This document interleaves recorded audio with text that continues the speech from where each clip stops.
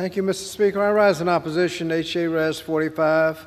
43 million Americans are eligible for President Biden's student loan relief. That's an average of almost 100,000 people in each of our districts.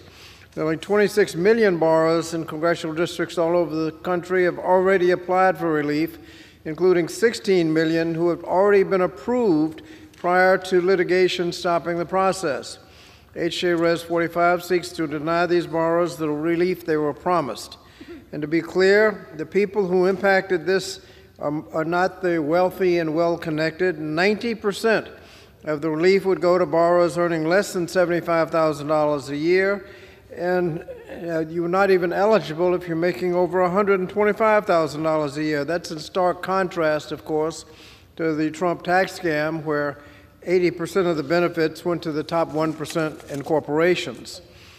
Moreover, my Republican colleagues refuse to acknowledge the serious questions that have been raised about how the resolution would actually be implemented, because under the Congressional Review Act resolution, you don't get to pick and choose which parts of a rule you're overturning. You have to overturn the whole rule, including the pause in student loan payments and the deferral of interest. Now, how do you unpause a payment that you were supposed to make many months ago? And and what's going to happen to all those interest payments that now have to be added back to the loans? That's about $233 per month in interest and principal. And what happens to the credits that participants in public service loan forgiveness were promised during those months? Are these firefighters and teachers and police officers and other public service who may have had their loans forgiven now on the hook for 4 additional payments?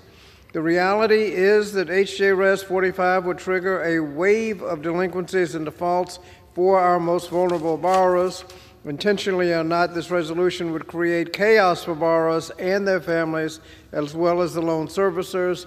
And the Congressional Research Service has confirmed that this chaos would be triggered by the retroactive application of this rule. Mr. Speaker, anyone in this country who wants to take advantage of the benefits of a college education should be able to do so, not just the wealthy few. And that's the way it used to be just several decades ago. Pell Grants covered 80% of the cost of attending a state college. Now it's less than 30%.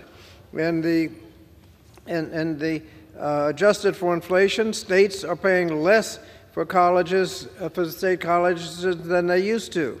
This proposal does nothing to help students pay for the college education, and so I strongly urge my colleagues to oppose the resolution and reserve the balance of my time.